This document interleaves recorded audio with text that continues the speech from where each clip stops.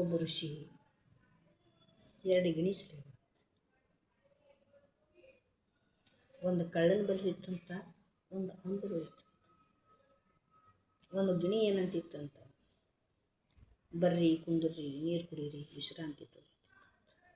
ಒಂದು ಗಿಣಿ ಅಂತಿಂತ, ಹೊಡೀರೋ ಬಡೀರೋ ಕಡೀರೋ ಬಲ್ಲಿದಂತ ಕಸಗೋರು. ನೋಡ್ರಿ ಹೆಂಗದ, ಅದನ್ನು ಗಿಣಿನೇ ಅದನ್ನು ಗಿಣಿನೇ ಅದ, ಅದು ಇದನ್ನು ಮನುಷ್ಯನೇ ಅದನ್ನು ಮನುಷ್ಯನೇ ಅದ. ಅದು ಎಲ್ಲಿ ಕುಂತದ, ಕಳ್ಳನ ಬಲ್ಲಿ ಕುಂತ. ಅದು ಹೊಡೀರಿ ಬಡೀರಿ ಕಸ್ಕೋರಿ ಅಂತ.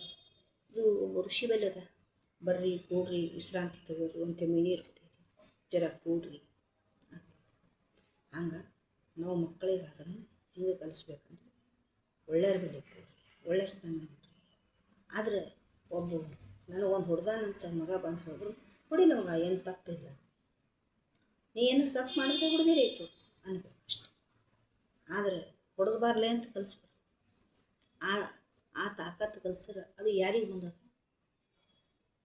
ಒಬ್ಬ ಶಿವಾಜಿ ಗೊತ್ತು, ಶಿವಾಜಿ ತಾಯಿ ಗೊತ್ತಿತ್ತು. ಯಾಕೆ ಗೊತ್ತಿತ್ತು? ಆಕೆಗೆಲ್ಲಾನೇ ಗೊತ್ತಿತ್ತು. ಆಕೆನ ಗಂಡಗ ಯಾಕೆ ಕುತಂತ್ರಲಿಂದ ಹಿಂಗೆ ಮಾಡ್ಯಾರ ಅಂತ ಆಕೆಗೆ ಗೊತ್ತಿತ್ತು. ಅದಕ್ಕೆ ಮುಂದೆ ಮಗನಿಗೆ ಹಂಗೆ ಬೆಳೆಸೋದಕ್ಕೆ, ಸುಮ್ಮನೆ ಬೆಳೆಸಿದ್ದಕ್ಕೆ. ಅಂಥ ಹೆಣ್ಮಕ್ಕಳು ನಾವಲ್ಲ. ಅಷ್ಟು ಜಿಜಾಬಾಯಿ ಮಾಡೋಂಥ ಶಕ್ತಿ ನಂಬಲ್ಲಿ.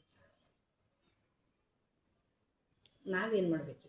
ಮಕ್ಕಳಿಗೆ ಒಳ್ಳೆಯ ಗುಣ ಕಲಿಸ್ಬೇಕು, ಒಳ್ಳೆಯ ಪರಿಸರದ ನಡೆಸ್ಬೇಕು, ಒಳ್ಳೆಯ ಹಾದಿ ಹಿಡಿಸ್ಬೇಕು, ಚಟಕ್ಕೆ ಬಲಿ ಆಗ್ಬೇಕು. ಒಂದು ಹೆಣ್ಣಿದ್ರು ಹಠ ಕಲಿಸ್ಬೇಕು, ಗಂಡಿಗೆ ಚಟ ಕಲಿಸ್ಬೇಕು.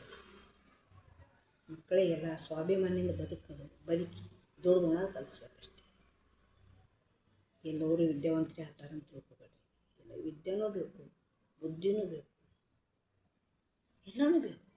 ಎಲ್ಲ ಇದ್ದರೆ ಕೆಲಸ ಆಗ್ತದೆ. ನೋಡ್ರಿ, ಒಂದು ಮಳೆ ಇಲ್ಲ, ಬಿಸಿಲದ, ಬಿತ್ತಲತ್ತೀವಿ ಇಲ್ಲ. ಅದಕ್ಕೆ ಮಳೆ ಬಿಸಿಲು ಎಲ್ಲ ಇದ್ದರೆ ಬೆಳೆ ಆಗ್ತದೆ. ಹಂಗೆ ಒಣ ಬಿಸಿಲಿದ್ರೂ ನಡೆಯಲ್ಲ, ಮಳೆ ಇದ್ರೂ ನಡೆಯಲ್ಲ.